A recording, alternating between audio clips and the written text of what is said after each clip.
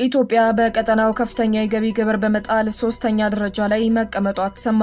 በአፍሪካ ቀንድ እየተካሄደ ያለው የግብር ማሻሻያ ተከትሎ የተቀጣሪዎች ደሞዝ ላይ እስከ 35 በመቶ የሚደርስ ከፍተኛ ግብር የተጣለበትን አዲስ ጥናትና የምጣኔ ሀብት ባለሙያዎችን አስተያየት እንመለከታለን። በአሜሪካ ፖለቲካዊ ታሪካዊ ድል እንደተመዘገበ ተሰማ። የ29 ዓመቷ ትውልደ ኢትዮጵያዊት የህግ ባለሙያ ሜላት አስፋው ወሰን ኪሮስ አንጋፋውን ፖለቲከኛ በማሸነፍ የአሜሪካ ኮንግረስን የምትቀላቀል የመጀመሪያዋ የጂን ዜድ ትውልድ ሴት ተመራጭ ለመሆን መቃረቧን እንመለከታለን። የኤርትራ ማዕከላዊ ባንክ በአገሪቱ ውስጥ በግለሰቦችና በተቋማት እጅ የሚገኝ ማንኛውም የናፍቃ ጥሬ ገንዘብ በሙሉ እስከ ሐምሌ መጨረሻ ድረስ ወደ ባንክ እንዲገባ በጥብቅ አዘዘ። በወር ከ5000 ናፍቃ በላይ ማውጣት የማይቻልበትን ጥብቅ መመሪያም ዝርዝሩን ይዘናል። በደቡብ አፍሪካ የተቀሰቀሰውን የመጤ ጠል ጥቃት ለመከላከል ራስን ለመከላከል ከባድ መሳሪያና ውሾችን ይዞ የታየው ኢትዮጵያዊ በማህበራዊ ሚዲያ ከፍተኛ መነጋገሪያ ሆኗል። በደቡብ አፍሪካውያንና በሌሎች አፍሪካውያን መካከል የተነሳውን አነጋጋሪ ክርክር የምንመለከት ይሆናል። ሰላም የዜናችን ተከታታዮች እንደምን ቆያችሁን? ለዕለቱ የተመረጡ አንኳር ዜናዎችን ይዘን ቀርበናል። አብራችሁን ቆዩ።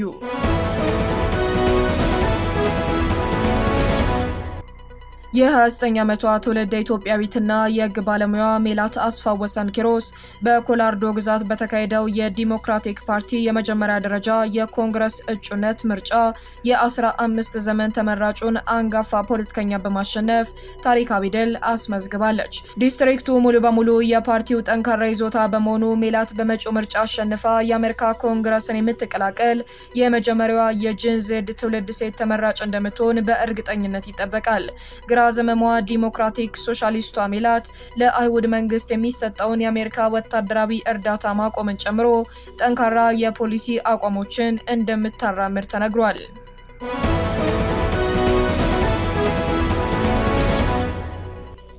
የኤርትራ ማዕከላዊ ባንክ በአገሪቱ ውስጥ በግለሰቦችና በተቋማት እጅ የሚገኝ ማንኛውም የናፍቃ ጥሬ ገንዘብ በሙሉ እስከ ሐምሌ መጨረሻ ድረስ ወደ ባንክ እንዲገባ በጥብቅ አዟል። የባንክ ሂሳብ የሌላቸው ዜጎችም አዲስ አካውንት በመክፈት ገንዘባቸውን ማስቀመጥ እንደሚኖርባቸው እንዲሁም ከተቀመጠው የጊዜ ገደብ ውጪ ጥሬ ገንዘብን በይዞታ ስር ማቆየት ህገወጥ መሆኑ ተገልጿል። መመሪያውን በማያከብሩ አካላት ላይ ጥብቅ ህጋዊ እርምጃ እንደሚወሰድ ማዕከላዊ ባንኩ ቢያስጠነቅቅም የሚወሰደው እርምጃ ምን እንደሆነ ግን አልገለጸም። የውሳኔ መንግስት በምጣኔ ሀብትና በገንዘብ ዝውውር ላይ ለ10 ዓመታት ሲያካሂደው የቆየው ጥብቅ ቁጥጥር አካል ስለመሆኑም ተነግሯል። ከ10 ዓመት በፊት ከተደረገው የገንዘብ ለውጥ ጀምሮ ማንኛውም ዜጋ ከባንኩ ሂሳብ በወር ማውጣት የሚችለው የገንዘብ መጠን 5000 ናቅፋ ሆኖ ብቻ እንዲገደብ ተደርጓል። እንደ ሰርግ ላሉ ከፍተኛ ወጪዎች ከተፈቀደው ገደብ በላይ ገንዘብ ለማውጣት ከአካባቢው ባለስልጣናት የፈቃድ ደብዳቤ ማግኘት የግድ እንደሚልም ተነግሯል። አሰራር በሰዎች የዕለት ተዕለት ህይወትና በንግድ እንቅስቃሴ ላይ ከፍተኛ ተጽዕኖ ማሳደሩ የምጣኔ ሀብት ባለሙያዎች ይናገራሉ። በአጠቃላይ አዲሱ መመሪያ ባለፉት ዓመታት በሰዎች እጅ የተጠራቀመውን ገንዘብ ወደ መንግስት መዋቅር ለመመለስ ያለመ ስለመሆኑም ተነግሯል። ኤርትራ ጥብቅ የባንክ ቁጥጥር ካለባቸው ሀገራት አንዷ ስትሆን ዘመናዊ አሰራር ባለመኖሩ ምክንያት አብዛኛው ግብይት አሁንም በጥሬ ገንዘብ ይከናወናል።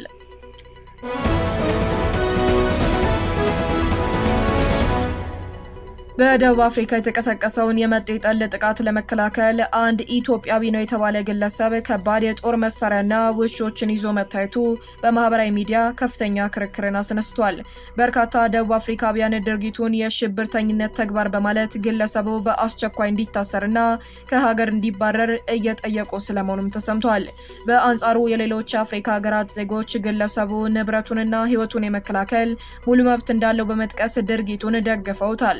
በአሁኑ ወቅትም በደቡብ አፍሪካ በተቀሰቀሰው ሰሞነኛ ሁከት የሁለት ኢትዮጵያውያንን ጨምሮ የበርካታ ስደተኞች ህይወት ማለፉንና ንብረት መውደሙ የሚታወቅ ነው።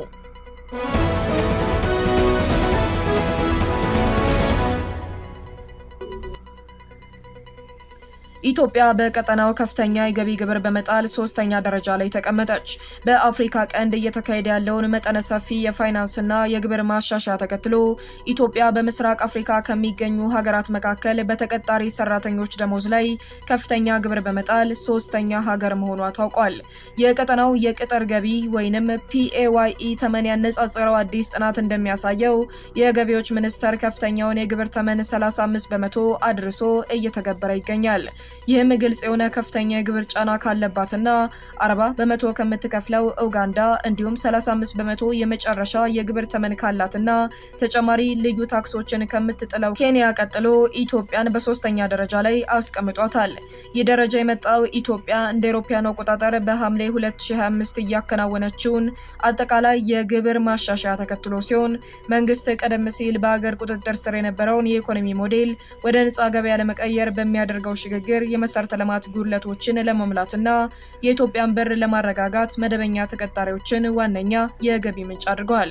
ይሁን እንጂ የግብር እርከኑ የተቀረጸበት መንገድ መካከለኛ ደረጃ ላይ ያሉ ስራ አስኪያጆችና ባለሙያዎች በፍጥነት ወደ ከፍተኛው 35 በመቶ የግብር ጣሪያ ውስጥ እንዲገቡ የሚያስገድድ መሆኑን የምጣኔ ሀብት ባለሙያዎች ይናገራሉ። በአንጻሩ ጎረቤቶቹ ታንዛኒያና ሩዋንዳ ከፍተኛውን የገቢ ግብር ተመናቸው በ35 በመቶ የወሰኑ ሲሆን ደቡብ ሱዳን ደግሞ በ15 በመቶ ዝቅተኛ ታክስ በቀጠናው የመጨረሻውን ደረጃ ይዛለች። ይህ በምስራቅ አፍሪካ ሀገራት መካከል ያለው የግብር ፖሊሲ ልዩነት በቀጠናው የሰለጠነ የሰው ኃይል ዝውውር ላይ ጫና እየፈጠረ ይገኛል ተብሏል።